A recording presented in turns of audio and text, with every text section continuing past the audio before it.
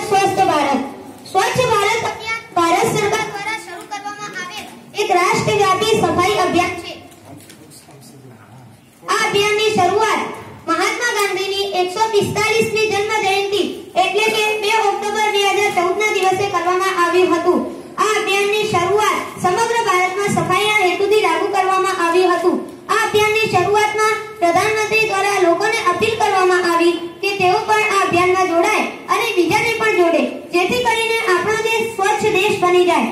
આ અભિયાનની શરૂઆત પ્રધાનમંત્રી શ્રીએ સ્વયં રસ્તાની સફાઈ કરીને કરી હતી। સ્વચ્છ ભારત અભિયાન દેશનું સૌથી મોટું અભિયાન છે કે જેમાં 30 લાખ જેટલા શાળાના બાળકો, કર્મચારીઓ, કોલેજના વિદ્યાર્થીઓ જોડાયા।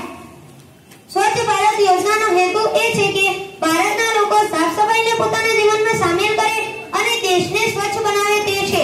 સ્વચ્છ ભારત અભિયાનની શરૂઆત આજથી ઘણા વર્ષો પહેલા પણ શરૂ કરવામાં આવ્યું હતું, પરંતુ લોકોની નિરસતાને કારણે જોઈએ તેવું પરિણામ ન મળ્યું। આ અભિયાનથી ભારત સરકાર કચરાના નિકાલ માટે યોગ્ય તકનીકીનો ઉપયોગ કરશે અને તેનાથી કચરાના નિકાલનો પણ ઉપયોગ મળશે। આ અભિયાનનો બીજો હેતુ દેશભરના નાગરિકોને શૌચાલયની સુવિધા મળે તે પણ છે। આ યોજનાથી ભારતનું વૃદ્ધિ દર વધશે તેમજ વિદેશીઓનું ભારત તરફ ધ્યાન પણ આકર્ષાશે। જેમ વૃક્ષ વિવિધ ડાળીઓ સાથે જોડાયેલું હોય તેમ આ યોજના પણ એકબીજાને સાથે જોડાવાની છે।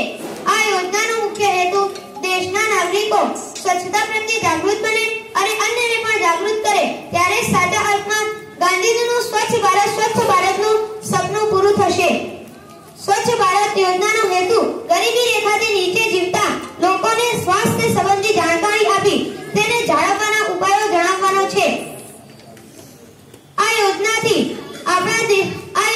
શાળાના બાળકોમાં હાથ, પગ, શરીર, નખ, વાળ અંગેની સફાઈ ઉપરાંત ઘર-કામની સફાઈ અંગેની જાગૃતતા લાવવાનો છે।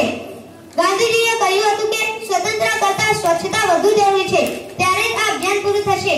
આ અભિયાનને મહાત્મા ગાંધીજીની 150મી જન્મ જયંતિએ પૂરું કરવાનું લક્ષ્ય છે, એટલે કે વર્ષ 2019માં। તો આવો આપણે સૌ સાથે મળીને દેશને સ્વચ્છ બનાવીએ અને સાચા અર્થમાં બાપુને શ્રદ્ધાંજલિ આપીએ। સ્વચ્છ ભારત, સ્વસ્થ ભારત। જય હિન્દ।